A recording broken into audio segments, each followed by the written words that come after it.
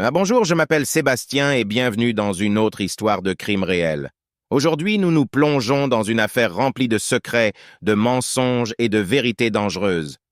Restez avec moi pendant que nous découvrons les événements effrayants qui ont eu lieu dans une ville tranquille où tout n'était pas comme il y paraissait. Le 15 mars 2023, à 19h05 précise, la paisible ville de Blue Hollow était sur le point de changer à jamais.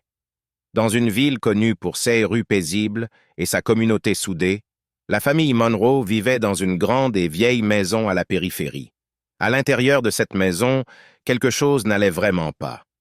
Isabelle Monroe, une jeune fille de 19 ans, était assise dans sa chambre, regardant l'espace vide où sa mère, Liliane, avait l'habitude de s'asseoir. Sa mère avait disparu 5 jours auparavant, et Isabelle ne pouvait s'empêcher de penser qu'il ne s'agissait pas simplement d'un CAE de départ de la ville. Quelque chose de plus sombre était en jeu. Son beau-père, Paul Monroe, était plus froid que jamais. Il n'était pas un homme bavard, mais depuis la disparition de Liliane, son silence lui paraissait pesant, comme s'il cachait quelque chose. Il n'avait même pas voulu signaler sa disparition. C'était le premier indice d'Isabelle. Un mari qui ne voulait pas retrouver sa femme disparue? Cela n'avait aucun sens. Isabelle pensa au comportement étrange de son beau-père. Il restait dehors tard, fermait certaines pièces de la maison à clé, passait des coups de fil bizarres au milieu de la nuit. Mais il ne parlait jamais de Liliane. C'était comme si sa mère avait disparu et que Paul était déjà passé à autre chose. Que cachait Paul? Et jusqu'où irait-il pour protéger son secret? Isabelle savait que sa mère ne serait pas partie comme ça. Elle avait le sentiment que Paul en savait plus qu'il ne le laissait paraître. Chaque jour, la maison devenait plus froide et Paul de plus en plus distant. Mais Isabelle n'était pas du genre à laisser les choses aller. Elle ne pouvait pas. Elle avait besoin de savoir ce qui était arrivé à sa mère. Et à mesure qu'elle creusait plus profondément, les secrets qu'elle découvrirait la choqueraient profondément. Mais ce que je découvris ensuite allait changer tout ce que je pensais savoir. Isabelle Monroe avait 19 ans. C'était une jeune fille calme et réfléchie. Elle préférait passer du temps seule, dessinant souvent dans sa chambre ou lisant. Sa mère, Liliane, était la personne la plus importante de sa vie. Le lien d'Isabelle avec sa mère était profond, mais les choses étaient différentes avec son beau-père, Paul. Leur relation était tendue. Paul n'était pas le genre d'homme à qui on pouvait facilement parler. Il montrait rarement ses émotions, et quand il le faisait, c'était froid et distant. Isabelle se sentait souvent seule, même lorsqu'ils étaient dans la même pièce. Paul Monroe, 45 ans, était un magnat de l'immobilier prospère. Il avait bâti sa vie sur le contrôle.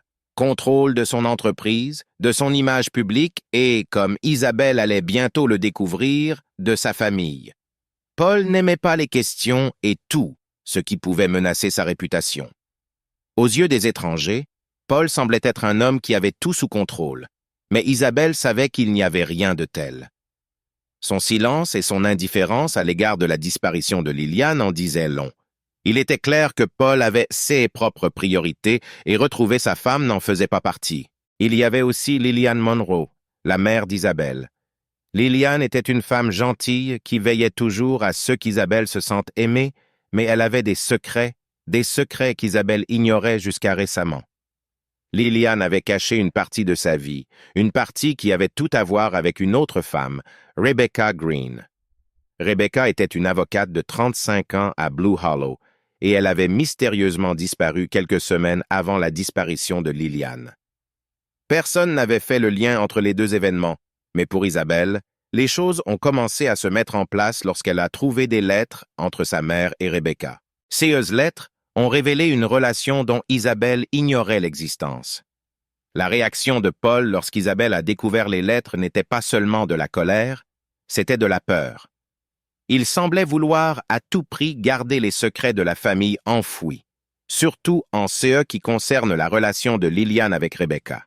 Isabelle était déterminée à découvrir la vérité, quoi qu'il en coûte. Mais plus elle en découvrait, plus les choses devenaient dangereuses. Le 10 mars 2023, au matin, Liliane Monroe quitta la maison à 8h20.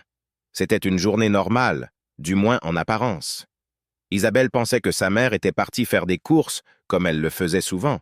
Mais le soir, Liliane n'étant pas rentrée, Isabelle commença à s'inquiéter. Elle appela son beau-père, Paul, mais il resta étrangement calme.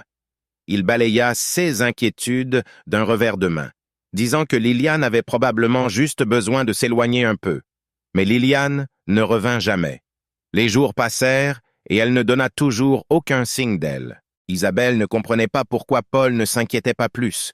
Il ne voulait pas appeler la police ni signaler la disparition de sa mère. Pour lui, tout semblait aller pour le mieux. Mais pour Isabelle, quelque chose n'allait pas. Sa mère n'était jamais partie sans le lui dire. Le téléphone de Liliane avait été retrouvé sur sa table de chevet, un objet qu'elle ne laisserait jamais derrière elle. C'était le premier signe pour Isabelle que quelque chose de terrible était arrivé. Au bout de 5 jours, Isabelle n'en pouvait plus.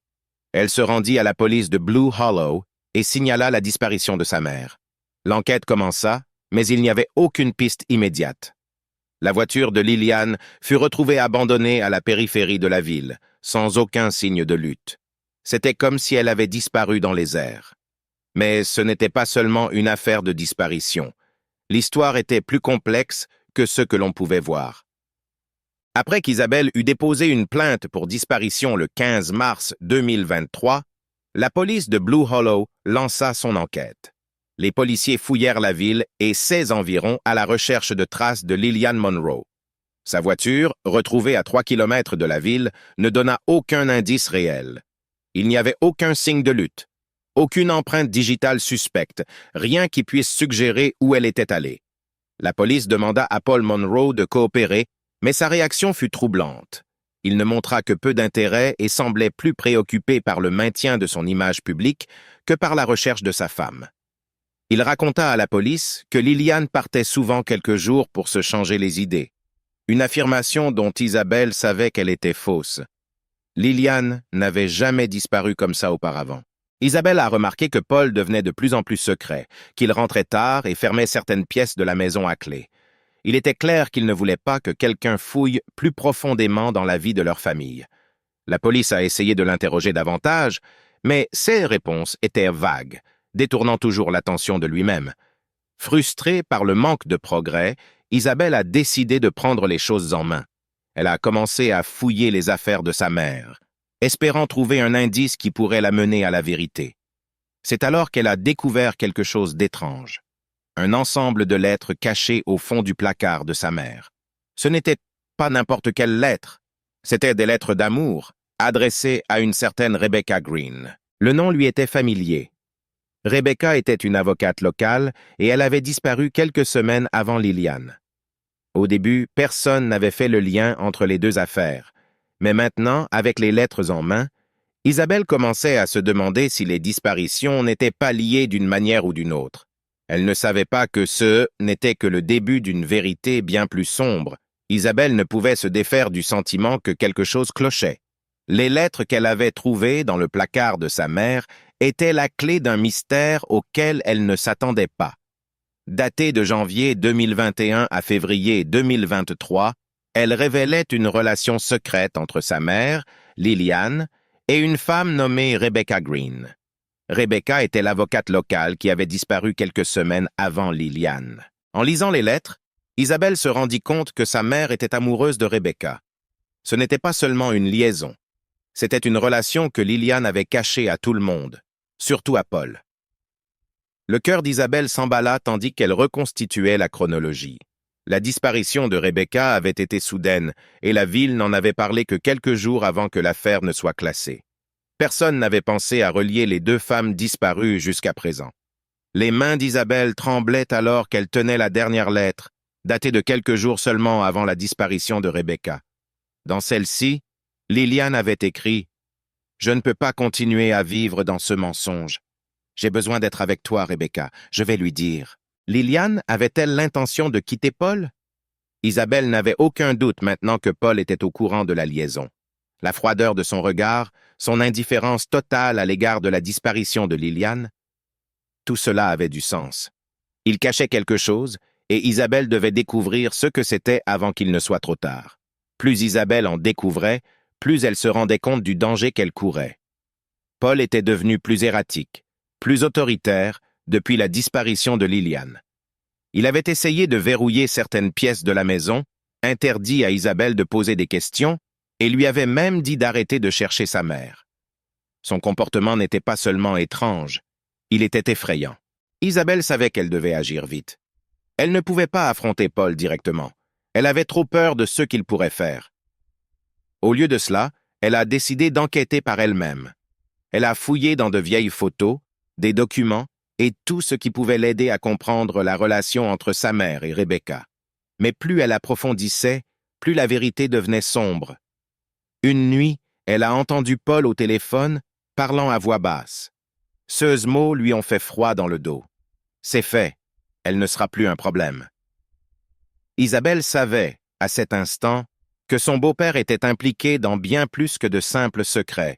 La vérité était enfin en train d'éclater au grand jour, mais avec elle, elle s'accompagnait d'un danger auquel Isabelle ne s'attendait pas. Le cœur d'Isabelle battait fort tandis que les mots de Paul résonnèrent dans sa tête. C'est fait. Elle ne sera plus un problème. Elle savait qu'elle devait se taire, mais chaque instant passé dans la maison devenait insupportable. Elle ne supportait plus d'être à ses côtés sans savoir ce qu'il avait fait à sa mère ou à Rebecca. Paul n'était plus seulement son beau-père froid et distant. Il était dangereux. La tension dans la maison devenait insupportable. Paul commença à agir encore plus bizarrement, s'enfermant dans son bureau pendant des heures, passant plus d'appels téléphoniques tard dans la nuit. Isabelle gardait ses distances, faisant semblant de ne rien soupçonner, mais elle était constamment sur le qui-vive. Elle savait que si Paul découvrait ce qu'elle avait découvert, elle pourrait être sa prochaine cible. Dans la nuit du 20 mars 2023, la peur d'Isabelle atteignit son paroxysme. Paul quitta la maison tard, peu après 11 heures du soir. Isabelle le regarda partir par la fenêtre. Sa curiosité l'emporta. Elle savait qu'elle ne pouvait plus attendre. Elle devait le suivre. Attrapant sa veste et ses clés, Isabelle sortit discrètement de la maison et suivit la voiture de Paul à distance. Il parcourut les routes sinueuses de Blue Hollow jusqu'à ce qu'il s'arrête devant une petite cabane abandonnée à la périphérie de la ville. Isabelle gara sa voiture suffisamment loin pour ne pas être vue et se dirigea vers la cabane, le cœur battant. À l'intérieur, elle aperçut une faible lueur à travers la fenêtre. Elle jeta un œil à l'intérieur et vit quelque chose qui lui glaça le sang. Paul était en train de trier une pile de vieilles photos et de papiers. Parmi eux se trouvaient des photos de sa mère et de Rebecca, prises des années auparavant. Il n'y avait plus aucun doute maintenant. Paul était au courant de la liaison depuis le début. Il les avait observés. Au moment où Isabelle s'apprêtait à partir, elle entendit la voix de Paul. Il était de nouveau au téléphone. « Je m'en occupe. La maison sera vide demain soir. » Ces mots lui firent froid dans le dos. Préparait-il quelque chose? Isabelle savait qu'elle devait agir vite. Elle se précipita chez elle, l'esprit en ébullition. Elle ne pouvait pas encore l'affronter, pas sans plus de preuves. Mais le lendemain, elle ne pouvait plus rester silencieuse. À 7 heures du soir, le 21 mars, Isabelle finit par affronter Paul. Elle se tenait dans la cuisine, les mains tremblantes, tenant les lettres qu'elle avait trouvées. « Je sais pour maman et Rebecca. Je sais que tu le savais aussi, » dit-elle d'une voix à peine assurée. Le visage de Paul se durcit. Il ne le nia pas. « Tu aurais dû rester en dehors de ça, Isabelle, » répondit-il froidement. « Tu n'as aucune idée de ce que tu viens de faire. » À cet instant, Isabelle comprit que la situation était bien plus dangereuse qu'elle ne l'avait jamais imaginé. L'homme qui se tenait devant elle ne cachait pas seulement des secrets. Il était prêt à tout pour les garder enfouis. La confrontation avait commencé, mais Isabelle n'avait aucune idée de ce que Paul était prêt à faire pour protéger ses mensonges. Le cœur d'Isabelle s'emballa sous le regard froid de Paul. Ces mots restèrent en suspens. « Tu aurais dû rester en dehors de ça. » Elle sut alors qu'il n'y avait pas de retour en arrière. La maison était étrangement silencieuse. La tension entre eux était suffisamment forte pour la briser. Paul fit un pas lent vers elle. Isabelle recula, serrant plus fort les lettres. « Qu'as-tu fait à ma mère ?» demanda-t-elle, la voix tremblante. Le visage de Paul resta impassible, mais ses yeux le trahirent. Quelque chose de sombre se cachait derrière eux. « Ta mère n'a pas pu supporter la vérité, » dit finalement Paul, d'une voix basse et mesurée. Elle allait tout gâcher. Je ne pouvais pas laisser cela arriver. Le sang d'Isabelle se glaça. Elle comprit à cet instant que Paul était en train d'avouer quelque chose à sa mère, quelque chose de terrible. Mais avant qu'elle ne puisse insister davantage, Paul se jeta sur elle. Isabelle eut à peine le temps de réagir. Elle recula en trébuchant, heurtant le comptoir de la cuisine. Les lettres s'éparpillèrent sur le sol, tandis que Paul l'attrapait par le bras, sa poigne serrée et impitoyable. « Tu ne sais pas ce que tu fais, Isabelle ?» grogna Paul. « C'est plus grave que tu ne le penses. » Isabelle lutta, parvenant à se libérer de son emprise. Elle courut vers la porte, mais Paul fut plus rapide. Il lui barra le chemin, et pendant un bref instant, elle crut que tout était fini. La peur l'étouffait, mais elle savait qu'elle ne pouvait pas abandonner. De toutes ses forces, Isabelle saisit un vase à proximité et le lança vers Paul, le frappant à la tête. Il trébucha, momentanément étourdi. C'était sa chance. Isabelle courut vers la porte d'entrée, le cœur battant dans sa poitrine. Elle ne s'arrêta pas avant d'être dehors, à bout de souffle. Elle gagna sa voiture et s'éloigna à toute vitesse, sans se retourner. La vérité était connue, mais Isabelle savait que ce n'était pas fini. Il fallait appeler la police. Paul ne pouvait pas s'en tirer comme ça. Isabelle se rendit directement au commissariat, les mains tremblantes, tandis qu'elle racontait tout aux policiers. Le temps qu'elle ait fini, ils étaient déjà en route pour arrêter Paul. Le 22 mars 2023, à 3h45 du matin, Paul Monroe fut placé en garde à vue à la maison Monroe. L'homme qui avait autrefois tout contrôlé était désormais sous le contrôle de la loi. Au cours de l'enquête, des vérités plus troublantes ont été révélées. La police a trouvé dans la cabane abandonnée des preuves reliant Paul aux disparitions de Liliane et de Rebecca. Des effets personnels appartenant aux deux femmes ont été découverts, cachés dans la cabane que Paul fréquentait tard dans la nuit. Il était clair que Paul avait dissimulé ses traces pendant des mois.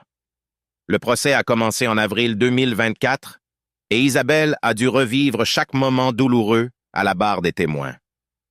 Elle a décrit la froideur de Paul, les lettres cachées et la confrontation violente avec des détails effrayants. La salle d'audience est restée silencieuse pendant que les preuves étaient présentées. Des photos, des conclusions médico-légales et même les relevés téléphoniques de Paul, qui ont révélé ses appels nocturnes suspects. La défense de Paul était faible, affirmant que tout n'était qu'un malentendu. Mais le jury a vu clair dans ses mensonges. Après 2 jours de délibération, Paul Monroe a été reconnu coupable de complot et du meurtre de Liliane Monroe et Rebecca Green. Justice avait été rendue. Mais pour Isabelle, les cicatrices restaient. Sa mère était partie, et la vérité avait eu un prix qu'elle n'oublierait jamais. Alors qu'Isabelle pensait que le cauchemar était terminé, une autre révélation a fait surface. Au cours du procès de Paul, on a découvert qu'il avait manipulé les autorités locales pour garder les 2 disparitions secrètes. Paul avait utilisé sa richesse et son influence pour ralentir l'enquête, s'assurant que personne ne fouillerait trop profondément dans ses affaires personnelles. On a compris pourquoi la police n'avait pas trouvé de véritables pistes plus tôt. Paul avait contrôlé le récit depuis le début. Ce revirement a choqué la ville de Blue Hollow. Un homme qu'il considérait autrefois comme un homme d'affaires respecté avait non seulement trahi sa famille, mais aussi la communauté. Les médias se sont emparés de l'histoire et la double vie de Paul a fait la une des journaux. Isabelle, désormais sous les feux des projecteurs, s'est concentrée sur le fait de s'assurer que sa mère et Rebecca obtiennent la justice qu'elles méritaient. Dans un dernier rebondissement, les experts médico-légaux ont découvert un autre élément de preuve. Des traces de sang de Liliane et Rebecca ont été trouvées dans le coffre de la voiture de Paul, prouvant une fois de plus son implication. Le poids de la preuve était indéniable. La ville de Blue Hollow avait été trompée et la vérité était désormais connue. La sentence de Paul fut prononcée rapidement. Il fut condamné à la prison à vie sans possibilité de libération conditionnelle. Isabelle se tenait dans la salle d'audience, ressentant un étrange mélange de soulagement et de tristesse. L'homme qui lui avait causé tant de souffrance ne ferait plus jamais de mal à personne, mais rien ne pourrait ramener sa mère. L'histoire était terminée, mais le voyage d'Isabelle était loin d'être terminé. Elle porterait le poids de ces événements pour le reste de sa vie. Alors qu'Isabelle sortait de la salle d'audience, le poids de tout ce qui s'était passé reposait sur ses épaules. Sa mère, Liliane, était partie. Rebecca aussi. Les secrets, Les mensonges et les trahisons avaient tous été révélés, mais à un prix qu'Isabelle n'aurait jamais pu imaginer. La maison de Blue Hollow, autrefois remplie de souvenirs, se dressait désormais comme un rappel de l'obscurité qui avait consumé sa famille. Bien que Paul Monroe ait été enfermé à vie, les cicatrices qu'il a laissées derrière lui ne guériraient jamais complètement. Isabelle le savait. Elle avait découvert la vérité, mais celle-ci lui avait pris beaucoup. Dans les moments de silence, Isabelle se retrouvait à réfléchir à l'amour que sa mère lui avait caché et aux efforts que les gens sont prêts à faire pour protéger leurs secrets. Parfois, le véritable danger ne vient pas de ceux qui est caché, mais de ceux qui sont prêts à tout pour que les choses restent ainsi. Et voilà l'histoire de The Silent House, une famille déchirée par des secrets et une recherche de la vérité qui a coûté cher. Que pensez-vous de la découverte d'Isabelle? Paul aurait-il pu garder la vérité cachée pour toujours si elle n'avait pas agi? Faites-moi part de vos réflexions dans les commentaires ci-dessous. J'aimerais savoir ce que vous pensez de cette affaire. Si vous avez aimé cette vidéo, n'oubliez pas de l'aimer, de la partager avec d'autres et d'appuyer sur le bouton d'abonnement pour ne pas manquer notre prochaine histoire de crime réel. Merci d'avoir regardé et n'oubliez pas de rester en sécurité.